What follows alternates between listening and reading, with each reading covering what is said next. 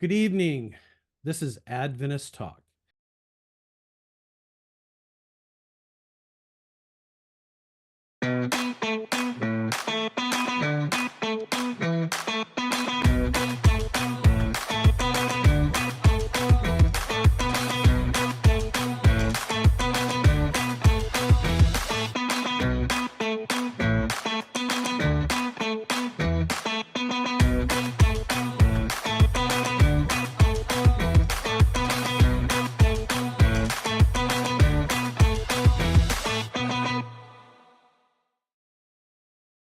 So, interestingly, uh, was it exclusively the Sabbath? Was it exclusively for Israel? And how do we know this? Yes, when you look at how God expresses it and how Israel safeguarded it and eventually formed their national identity around it, it was exclusively for them. For example, Exodus chapter 31, verse 12 through to 17, where God says unto Moses, Speak unto the children of Israel, Verily, verily, my Sabbath you shall keep, for it should be a sign between me and you throughout your generations. And the list goes on. And death penalty is included in there. And so the sign there, as I pointed out earlier, is an exclusive identity marker. It's like a wedding ring that a husband and wife share to express their exclusivity to each other. It is not an all inclusive sign, it is exclusive in that it was to be this peculiar ceremony between God and the nation of Israel. Now, it applied to Gentiles because provisions were made in that if there are Gentiles, non Jews, that are living among the Israelites, then they were also to obey the injunctions to not work and also to rest. But other aspects of the Sabbath, like sanctuaries, sacrifices, and that kind of thing, did not apply to them unless they were circumcised. And so, for them to have kept the Sabbath in full and to enjoy all of its benefits and the exclusive sign and nature of it that is served between God and Israel under the Old Covenant, they had to be circumcised and keep the entirety of the Old Covenant law. Not just the Ten Commandments, the entirety of the Old Covenant law. And any Gentile nation or people around Israel that saw their light, appreciated their customs, their worship, and how God was blessing them among them, and wanted to embrace their deity and their laws, which includes the Sabbath, they had to go through the process of proselytization. They had to be taught Israel's laws and customs, be exposed to the Sabbath, and then be circumcised, and then they become as natural born Israelites. And we see this in Isaiah 56, for example. The Gentiles who keep it, they'll be allowed to enter the temple to worship, their sacrifices will be accepted. And then the eunuchs are spoken there. The eunuchs, they were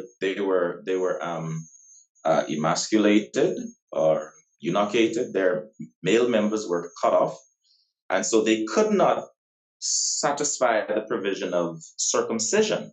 So God simply said to them, "Don't say I'm a dry tree and I'm cast off from your people. Keep it anyway. I'll accept your sacrifices. You're invited in the temple worship, and I'll make your name great and its memorial, etc." in Isaiah 56. And so it was exclusive to Israel, but provision was made in the law that non-Jews who wanted to be a part of Israel could have entered into this covenant relationship, their nationalistic laws, and keep them as well. We also see, for example, when you read ancient Near East history and the nations around them, you're not going to find anywhere where God is chastising or rebuking any of the non-Jewish nations around Israel for Sabbath violations.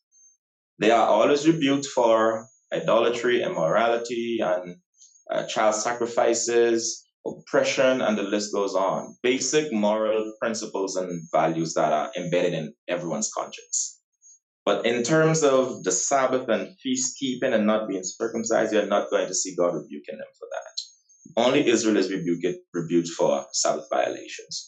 We also see poignantly in Nehemiah chapter 9, where God said there that he came down on Mount Sinai, he gave Israel the Sabbath.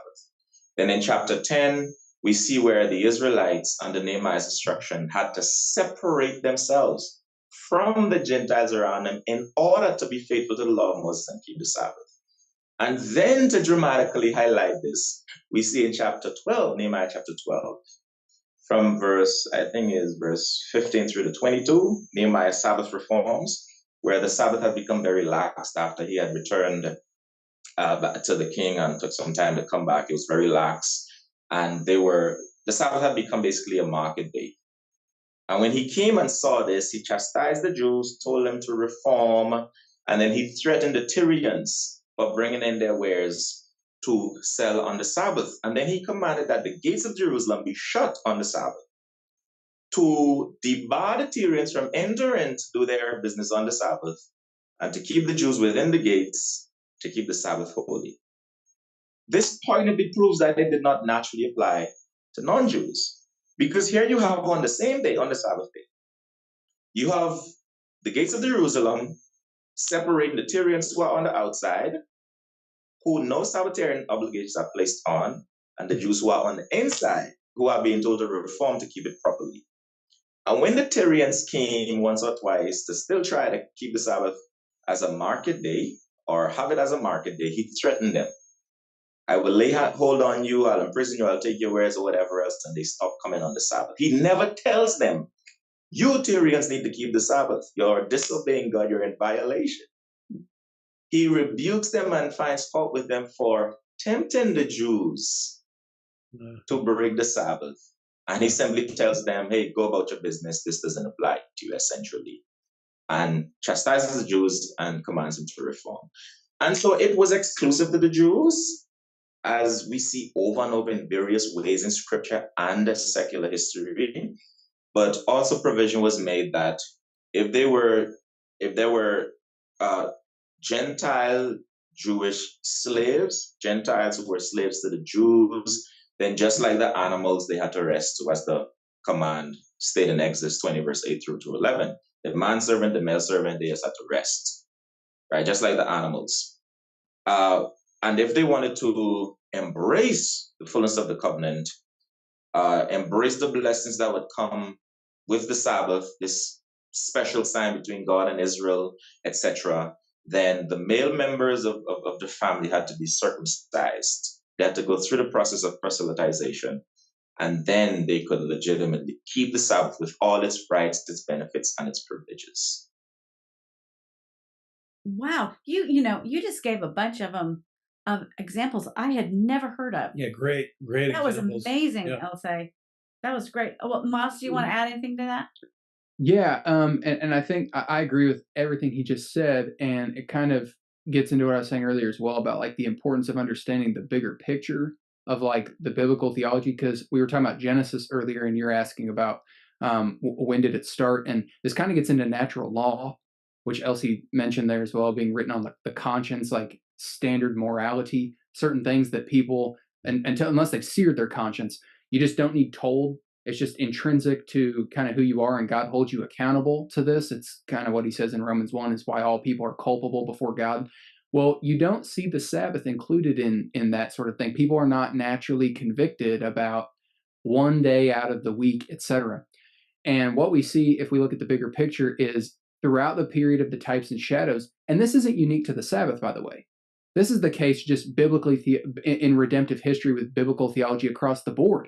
Elsie mentioned Isaiah 66 earlier. That's a perfect area. Isaiah 64 through 66 is literally all foretelling of the new creation. He mentioned Psalm 92 earlier as well. Eusebius's commentary on that is excellent, the Psalm for the Sabbath day, and he points out and picks up how it foretold of the new creation, the new light, the new, there's I'll paraphrase, I don't remember verbatim how he says it, but he basically points out in there that like the Sabbath of the Jews was kept from evening to evening. It started in the darkness and ended in the darkness, but the new day starts at the dawn of the first day where the sun is rising. There's kind of this picture and imagery that's happening there when God talks about this new day. You've got Psalm 118:24. This is the day that the Lord has made. Well, a lot of people will just cite that, and think about, every single day, and that is true. But Peter actually in Acts 4:10-12 gives us a inspired exposition of that passage, and he applies that passage to the resurrection day. That's the new day that God made, and again gets into new creation and the second Adam. But all of that to say that as redemptive history is unfolding, you're in a period of types and shadows leading up to the substance. And as that's unfolding, when you get to Israel, more information is revealed that wasn't previously revealed. SDAs will talk about this, like Adam and Eve kept the Sabbath like Adventists do. No, like they're just that wasn't, you're anachronistically reading from where you're presently at. And redemptive history was unfolding, and God was giving further revelation, leading to the ultimate revelation. What all of it pointed to is when God himself entered into the creation in the person of Christ, which is now the substance, not types and shadows. So yes. I agree with everything he essentially said, but I was just thinking about the kind of the natural law component of things, and just how during the period of types and shadows, things are still unfolding, and more information, like he said in Nehemiah 9, even, SDAs love to point to Exodus 16. That's before the 10 Commandments are given. See, and they're getting this again from Puritans and Reformers. But the thing is they ignore that what I just put forth is essentially what they're saying as well, that there was this unfolding of more information and revelation happening over time. And it's not just this intrinsic, every person just knows intrinsically that they're to morally, then you get into all that, like, can you go out to eat? Can I turn my lights on? There's a whole spectrum of stuff there, which again, all that stuff is missing. Right. You're missing the substance. So, yeah. Okay. I'll say, if you want something, if you're going to say something, I'm going to be quiet. Yeah, I was briefly going to add, yes, about how take your time. They believe that Adam and Eve kept the Sabbath, but I mean, the absurdity of that thought, because again, if you're reading Exodus chapter 20, verse 8-11 as your launching pad to have this belief, you're using that law as the interpretive lens through which to look back at Adam and Eve's activity, there's a huge problem. Because as Miles pointed out, Adam and Eve were created on the sixth day. In order to keep the Sabbath of Exodus chapter 20, 8-11, according to the law, let's be like just now, the first clause says, 6 days you shall labor and do all your work. So for you to have the pleasure or benefit of resting on the seventh day in conjunction with the law, you have to have work for 6 days prior. And then on the seventh day, you're able to rest. And so if Adam and Eve created on the sixth day, they have not worked on, as they are created, they enter into God's rest. Right. When did they have time to fulfill the first clause of the law? Yeah. The demand to work for 6 days and then on the seventh day to rest. So it's very ludicrous when you think about it, and how myopic Adventist adherents can be with regards to the law. They don't think, there is no rhyme or reason, there's no logic, there's no depth of thought or reflection in how they seek to understand these things or grapple with them. They are just brainwashed and spoon-fed some stuff, and it's repeated over and over, hammered into them, and they just regurgitate it without even thinking through it. And so when Miles mentioned that, it just occurred to me that it doesn't even make any sense. Yeah, they never. I'm telling you, I've talked with a handful of Adventist pastors specifically. I've talked with tons of people just in regards to this. Not a single one of them stopped to think Adam and Eve weren't there on day one. Right. You guys all, that's what I'm saying. That's why I don't grant anything to this movement.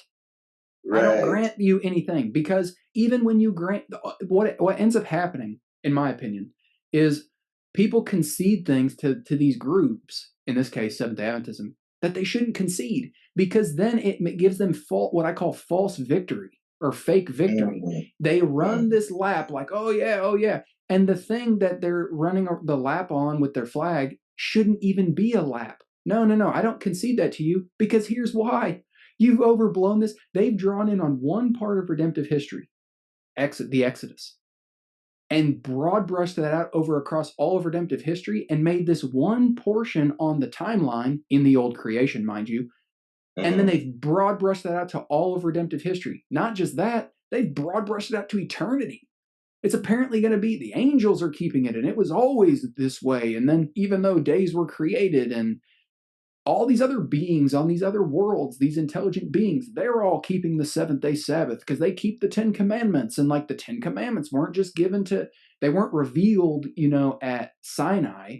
And like Paul says, that the law was given to Israel. Again, this unfolding of revelation and information, which again, the 10 Commandments, Elsie kind of hinted at this a little bit earlier. It's like they were the executive summary. You're pointing to like the executive summary of the law and drawing out all these large things that just are overblown. And so I understand why this topic is so triggering for so many former SDAs, because it's like so much is poured into this that at the end of the day too, like the other thing that's really annoying on this subject is one of their favorite arguments is, show me one verse in the Bible that says go to church on Sunday. They want like a verbatim, or show me a new command to go to church on Sunday. And the thing that's interesting about this argument is, and Elsie hinted at this earlier, like the not stopping to internally examine your own claims. Like, is what I say over here consistent, or does it create contradictions about something else I claim? Because by saying that, you just foiled your whole claim about Adam and Eve. Where's that verbatim stated with Adam and Eve? Well, it says God rested. That's not the same standard. You said, show me a verse, like basically verbatim, that says go to church on Sunday. Well, show me a verbatim verse that says investigative judgment or Adam and Eve kept the Sabbath. It's a very inconsistent standard that at the end of the day, they're just like everybody else, seeking to utilize deduction and reason and these sorts of things that God expects us to do. And if you don't just cut it off at the legs and actually do that consistently across the board, again, you'll see that the Christian church was not in the dark on this subject, with everyone in universal ignorance on this for, well, they would say because of the Pope and, the man of lawlessness, changing times and laws and yada, yada. But all that to say, it's a quagmire. I would just add, if there's any Adventists that end up watching this, study the motif in the Old Testament of the new day. The parallel you'll also see with it, typically in the Psalter, is a new song. So again, Eusebius picks up on this in his his commentary on Psalm 92, which was a psalm for the Sabbath day, and I believe it's Psalm 95 is the new song psalm. Which also gets referenced, not specifically the portion about a new song in Hebrews chapter 3 and 4 that Elsie was mentioning earlier. And just the fact that look into what that new day is, because there's like, they love pointing to the Old Testament. But they kind of miss the things that are not as like, well, I can just read this proof text and see it says the seventh-day Sabbath. So therefore, when you do a little bit more of a comprehensive dig, you kind of see all the stuff pointing to something bigger. And the new day is actually a really big one, because again, like I said, Peter's inspired exposition in Acts chapter 4 and his application of this is the day that the Lord has made, applying that to the resurrection, is going to segue us here nicely into where you want to go. Okay. What about you, Elsie? Yes, if I may also add too, in spite of the fact that the Sabbath incurred the judicial death penalty for the Israelites, we also see in the Old Covenant that when it ceased to serve its function and purpose for them, it was one of those rules that God just treated flippantly and got rid of as well. And so even the abolition of the Sabbath and the other feasts were constantly prognosticated in the Old Testament. And so, for example, Isaiah chapter 1, 13 to 14, when Israel was living in immorality, God says, I hate your new moons, your Sabbaths, your appointed feasts. My soul can't endure them. But yet you'll never see this is stated of, I hate the fact that you're adhering to thou shalt not commit adultery, thou shalt not kill, and those kind of things. In fact, when they were committing adultery and killing and sacrificing their children to Moloch and all of those things, God reinforced those moral laws and principles. But when they were living in hypocrisy and keeping the Sabbath and the feasts, because these were, again, nationalistic prides and modes of identities, God says, I hate them. They stink. I'm going to get rid of them. And throughout the prophets, you'll see that. That's Isaiah right. Chapter 1, see this in Amos. You will see this in Jeremiah.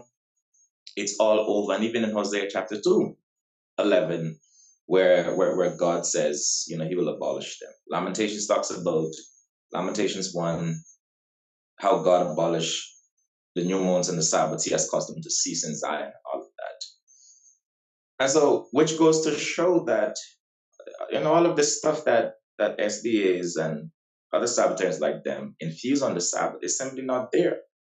The way they make it this supreme, unalterable, inviolable law, this eternal law, God never treats us as such.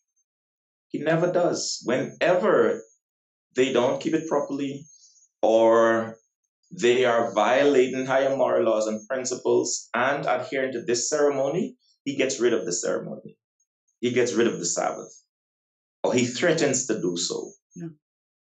And as we transition into the New Testament, or the New Covenant, the new creation, we see in clear language where not only is the law is said to have been abolished and we're not under it, but specifically the Sabbath, those statements are made of as well as we get into them. And that Jesus Christ is elevated as this fulfillment of the Sabbath, the substance of the Sabbath, the one who truly gives rest, and the one whom we ought to keep and find this sweet rest and fellowship in. Amen. The new creation is so key on this, just real quick before we transition, because something else you said there I think is really important just for people to think about, especially considering SDAs, because an argument they love to use is, well, because the Sabbath is rooted in creation, a lot of times if you concede that, which I will with them, because Exodus 20, even though it's not in Genesis, later on God roots it back in creation. Now, we can get into what does that mean, what does that look like, etc. But generally speaking, well, if you concede that with a lot of them, they're going to say, well, then that means that the seventh-day Sabbath is still binding because it's rooted in creation. I would agree with you, except one caveat. The only way it could be abolished is if there's a new creation. And there is a new creation. And so, again, it all goes back to understanding new creation. And so when you have that discussion with them, it's like you have to not just talk about old creation, but you got to talk about the new creation too. Again, this dichotomy of the first Adam, second Adam, old creation, new creation, they conflate that oftentimes with the new heavens and the new earth. And that's not what's being talked about in the truest sense. That's a part of this. That's a future thing. But the new creation's here. It's present. It's 2 Corinthians 5. People are made new creatures. Now, Adventists try to say that that's just behavior modification. Mm-hmm. It's like, well, no, that's not what's going on there. Same with Ephesians 1:10. We oftentimes talk about Ephesians as Protestants, Ephesians 2:8 and 9. But 10 doesn't just talk about the good works we're then to walk out in, but Paul uses the word, we are his workmanship. If you do a study, for good works, and Paul uses the word workmanship there. If you do a study on the etymology of that word in Greek, it's the same language that Paul is using in 2 Corinthians 5 that speaks to the new creation. We're made new creatures in Christ Jesus. So I look forward now to talking about Jesus and the apostles. Well said.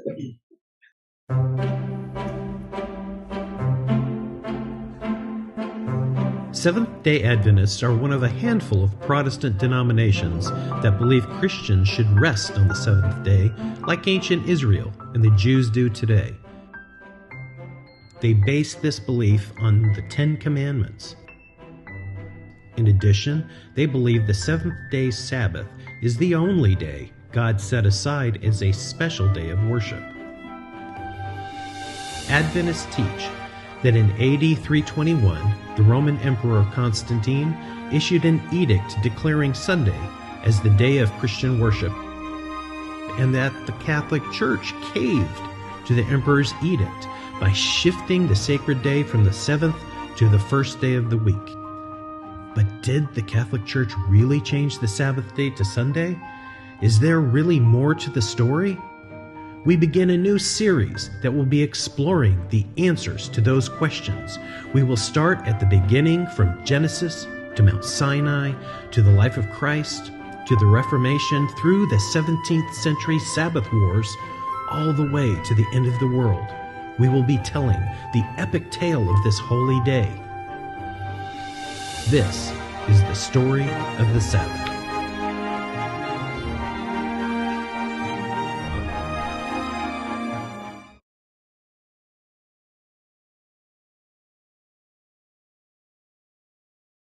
Now we're talking about Christ in this one, and how Christ dealt with the Sabbath, or the Christ and the Sabbath. Right. And so we're going to start out with the most controversial question I have during this entire thing.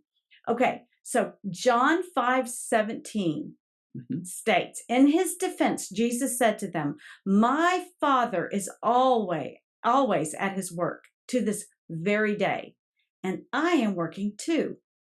And the next verse says, "For this reason, they tried all the more to kill him. Not only was he breaking the Sabbath, but he was even calling God his own Father, making himself equal with God." Right here, a lot of scholars, it says very plainly, John isn't saying the Jews said he was breaking the Sabbath. John says he was breaking the Sabbath. And Jesus says that he was working. So, scholars, did Jesus break the Sabbath? the Sabbath? Yeah, absolutely. I am not a scholar. So I'll just clarify with that. That is a much too high of a one right, brother. Yeah, that is much too high of a title for me. I'm just an armchair theologian. But Elsie, I'll let you hop in, and then I'll share.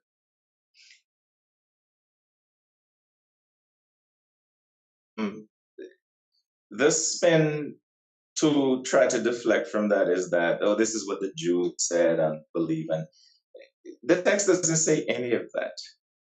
John is writing descriptive narrative. John is stating clearly what Jesus did. And to appreciate even the reaction of the Jews too, is this is what they understood him to be doing as well. Mm-hmm. And also equalizing himself with God, because the Jews had Jewish scholars and rabbis understood, explained, and wrestled with the fact that God is not subject to the Sabbath. God does not keep the Sabbath. He can't, even if he wants to. For one, he's supreme, he's sovereign. For two, he's not subject to creation.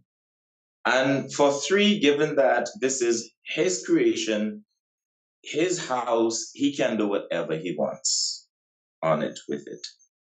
And so it was common Jewish understanding that Yahweh is not subject to the Sabbath, and he violates the Sabbath with impunity because he's not subject to it as sovereign of the universe. And so this is why it was so alarming for the Pharisees that Jesus says, "My Father has been working until now. He's working on the Sabbath, and I too am working."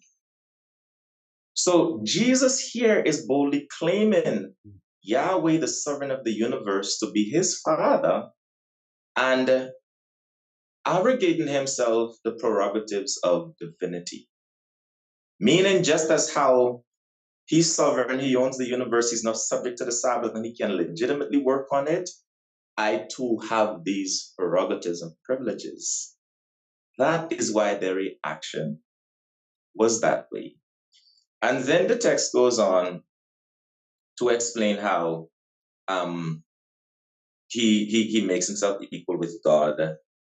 And he not only was breaking the Sabbath, but also doing that, and they took up stones to stone him. And so it is very clear when you look at the narrative that Christ was embracing it, and again proves the point too that God is not subject to cyclical Sabbath observance. Where the old creation was concerned, he has been in a state of rest, fellowship, relationship with humanity, and sin had broke it. He continues to be in that rest and invites us back. But in terms of working and sustaining the universe, sustaining everyday life and what's not, he continues to do that even on the Sabbath. He works. Days of the week are inconsequential to him. He's not bound by them. Whatever they are, he's not bound by them. And that's what Christ was doing here, just like the Father. The Sabbath does not stop me from working. And he admits that. They understood exactly what he was admitting and conceding. And then they start to kill him for it because in their minds he was blaspheming, because we're looking at you, you're a human being, but you're claiming to be God. You're claiming to be one with Yahweh. And that's a problem. So he did absolutely break the Sabbath. And the other caveat of, oh, well, that means he's a sinner. And if he broke the Sabbath, he sinned, then he can't be our Savior. It is ludicrous. Because again, for the fact that God broke the Sabbath every week and didn't sin, so too Christ, his Son, who's also God, can break the Sabbath and does not sin.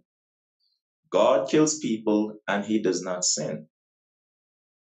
And so this whole, oh, if he didn't keep the Ten Commandments and he would have sinned if he broke the Sabbath, it's a very small-minded understanding of the law of theology and of Jewish perspective on it. So yes, he did absolutely break the Sabbath. And even in the Greek too, it wasn't a one-off thing, because the Greek tense that John uses there was breaking, meant that this was a consistent pattern for Christ of breaking the Sabbath, of setting it aside, of emptying it.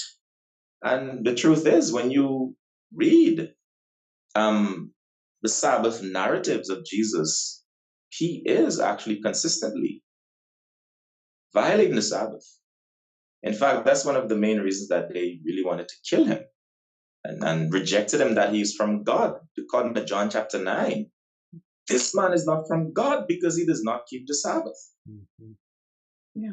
He was not subject to the Sabbath as they understood it and as it should have been. He kept on violating the Sabbath because he was above the Sabbath. He was God. He was equal with the Father. He created gravity. He's not subject to gravity. Yeah. Absolutely. God is outside of time. God is outside. Everything else that he brings to us is a creation of his. And yeah. I want to put in here the clip from Wizard of Oz. God, I'm melting! Melting!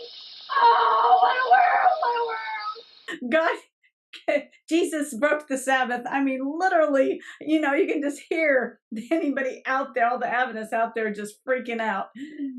So anyway, Miles. Yeah, so like I always when I think about that, because just like Elsie mentioned, like SDAs bring so much baggage. I've done which I'm utilizing the help of other people because again I'm not a scholar, but I've done an exposition of this portion of John 5 in a presentation responding to Mark Finley, or rather utilizing Mark Finley as an example, who of course is making all the standard claims about the Sabbath, etc. And this is one of the passages I think is the strongest to point out a number of errors with the SDA understanding, because I'm of the opinion that the my father's working until now and I am working isn't just referring to the healing that took place there on the Sabbath, but is also talking about the work of redemption. It evidences that the rest that God entered into at creation was not just a ceasing of rest indefinitely. It was a specific rest. There's not ex nihilo creation taking place anymore. But God was still doing things. That's very clear from just reading the biblical narrative. And so it evidences this fact that God can be doing something, and is doing something, and that work was would have been essentially equivalent to, they would have said, God is breaking the Sabbath then.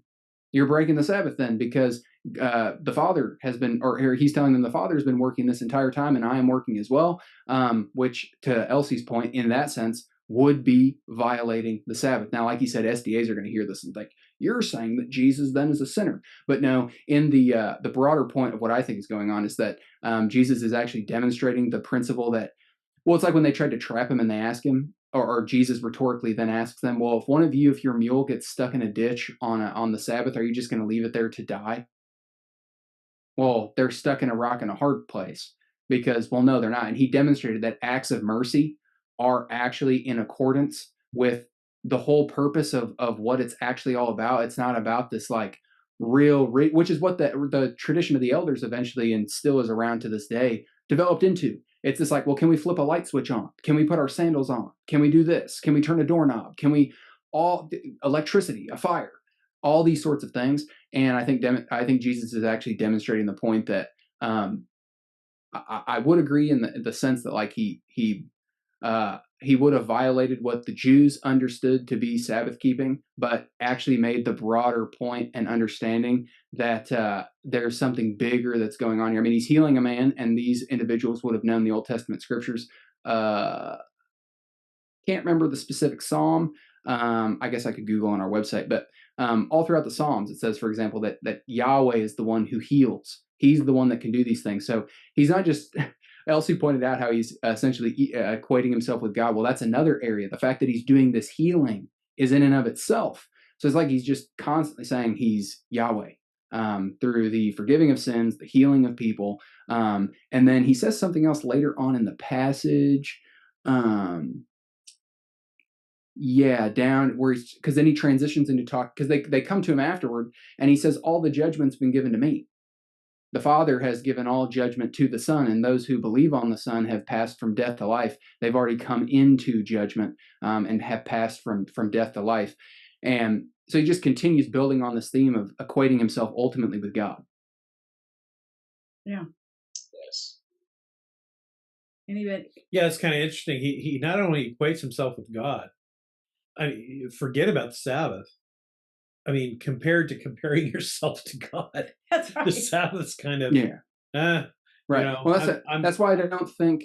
Sorry, that's why I don't think the central focus is like, it is a theme because it's talking about an event that took place on the Sabbath.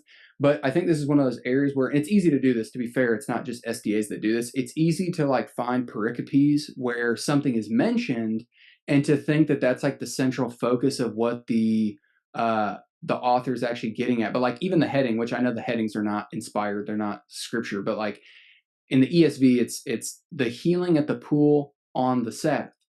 So, okay, yeah, the Sabbath is mentioned, but man, I've heard, and Elsie can attest to this too, I've heard all sorts of extractions out of this. That's like, what?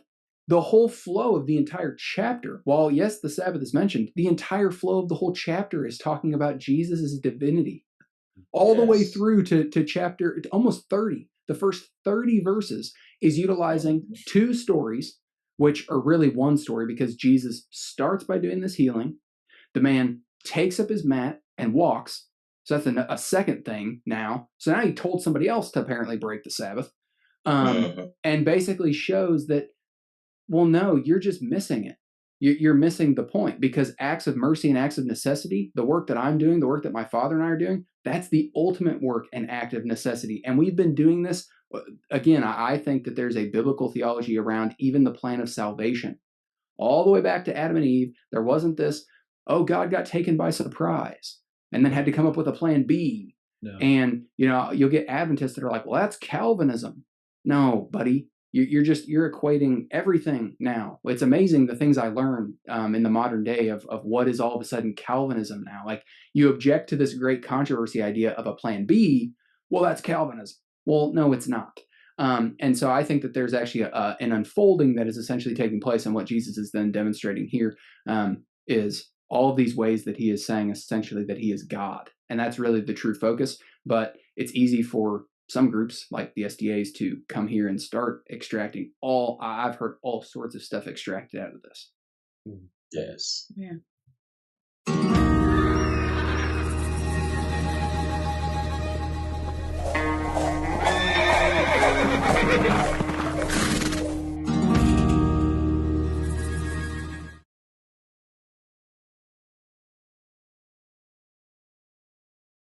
Literally, we could just have 4 or 5 days on Jesus and the Sabbath, but let's just go to some main things that Adventists are always asking. Okay, so was Christ giving us an example in keeping the Sabbath for us to do? You know, the Sabbath was not made, the Sabbath was made for man, not man for the Sabbath.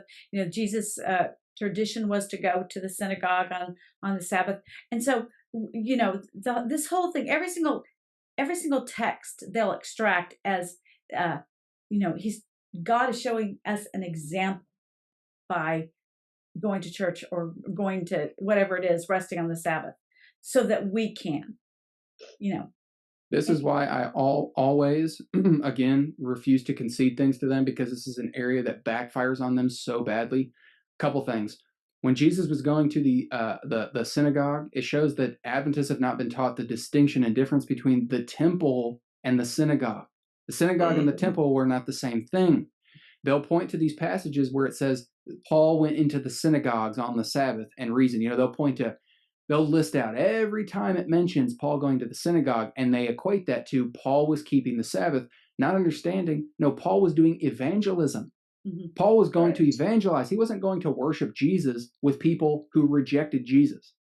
Paul was going there to evangelize, which then begs the question, what day and when was Paul in church if it was on the Sabbath that he was there reasoning in the synagogue with the Jews? But as it pertains to Mark 2:28, this backfires on them. They love God made, Sabbath was made for man and not man for the Sabbath. This, again, is an area where I'll just concede that to you. Sure, let's concede that without getting into the nitty gritty of like, well, I do agree with that, but here's the caveat and like all that stuff. I'll just agree with you. In your guys' system, you tell us the angels were keeping the Sabbath. You're telling us all these beings on other worlds are keeping the Sabbath. But Jesus said it's made for who? Man. And not just that, but it was made. It's made. It's not eternal. It's not eternal.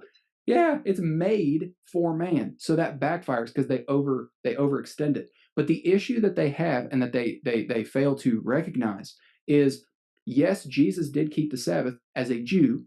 He was a faithful Jew.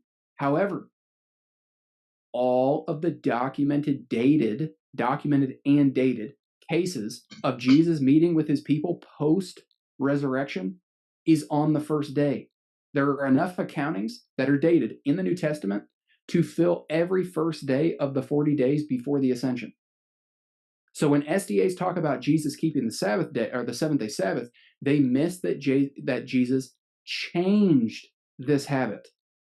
We have 0 instances of him keeping the seventh-day Sabbath post-resurrection. So if it was this big thing, like they've drawn it out to it's the dividing line, the seal of God. This is apostolic in origin, and we've restored this. Why was there no attempt by any apostle to document down any of this? They don't understand that Jesus instituted this with his apostles. He's the one that started the practice of the first day with his apostles. And it's not just what the SDAs believe, but on a different day. No. That's a whole different discussion. But the point being, Jesus changed that habit post-resurrection. If I may add, going back to the Sabbath narratives in the Gospels, we don't see Christ setting an example of Sabbath keeping.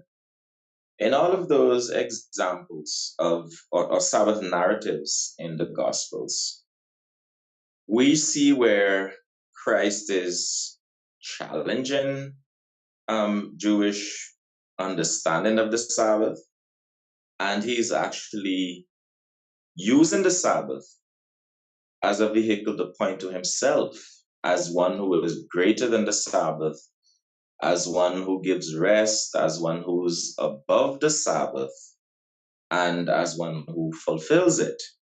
And so the famous statement in Matthew 11:28 to 29, come unto me, all you that labor and are heavy laden, I will give you rest. He made that statement on a Sabbath because the context or the pericope of that is from Matthew 11 through to Matthew chapter 12, verse 12, where he immediately heals a man and he gets into a confrontation with the religious leaders. And then he tells them, someone greater than the temple is here. When you understand that the Sabbath was tied to the temple, he's actually telling you that he is greater than the Sabbath. He can dictate what are acceptable activities on the Sabbath. And he is the one who actually gives that rest to the soul, and not this day that they looked forward to give them rest. Amen. The Jews had idolized the Sabbath in the same way that SDs idolize it today. Yeah. And in all of those narratives, he's shifting attention and focus from the Sabbath to himself. In the rest of Matthew, come unto repeat me, that. all you who labor. Come unto me, all you who labor, and I will Absolutely. give you rest. Absolutely. In Mark chapter 2 there, a lot is happening there, but ultimately he's telling them that he's Lord of the Sabbath, just as how he is Lord of every other day of the week. And man is above the Sabbath. The Sabbath is not above man. And ironically, SDAs quote this to subject man to the Sabbath, whereas Christ made the statement to put man above the Sabbath. And he's, of course, as a case law too, he's justifying his disciples breaking the Sabbath to fulfill their needs. And his reference to the priests in the temple in the Old Covenant, who, by the way, had to violate it every week with the plethora of sacrifices they had to offer. And then David and the shewbread, etc. And then he says, the Sabbath was made for the man, not the man for the Sabbath. Therefore, the Son of Man is Lord of it. He uses those case laws to show that he and the disciples are above the ceremony. They're engaged in God's work. They can set it aside to fulfill their needs, etc. John 5, we had looked at that. John chapter 9.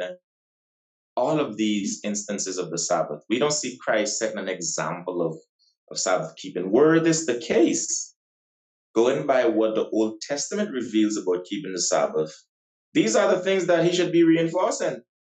Stay home, stay in your tent. Don't do any form of work. It forbids any work, indefinite, any work. Exodus 20. Then the death penalty. That's why the Jews tried to kill him several times. As he broke it, the death penalty, you should die. But we don't see Christ doing that. Jeremiah 17, you should not bear a burden on the Sabbath. And of course, the definition of burden is wild and subjective. But Christ telling the man, carry a burden, his mat on the Sabbath. So he's not setting an example. And in Luke chapter 4:16, again, SDAs idolize the Sabbath so much they stuck right there. When the fact is, that passage, that narrative on the Sabbath is revealing Christ to be the Jubilee Sabbath, the ultimate Sabbath, the fulfillment of the law. Right. It is not about him going to church on the Sabbath as an example for everybody to do the same. In fact, you will not find anywhere in the law where synagogue attendance was mandated for the Sabbath. That became a custom in the 2nd century during the Antiochus Epiphany, the 2nd century BC era, where because they were so scattered, they were being persecuted, and they started the synagogues as a means of keeping Judaism alive and reading Torah, debating it, and places of prayer. And again, as a Jew, subject to the law under it, he did the same thing. That was customary. So he did that, and he capitalized on that as an opportunity to show, hey guys, the Jubilee is here, the ultimate Sabbath is here, the fulfillment is here. because he picks up the scroll, he deliberately finds Isaiah 60, I think is 61. The Spirit of the Lord is upon me. He has anointed me to preach the gospel, the good news, etc. Bind, loose the prisoners and what have you. And then after that he says, this day, today, this script is fulfilled in your hearing. Yeah. That there was a Jubilee Sabbath. Yeah. Yeah.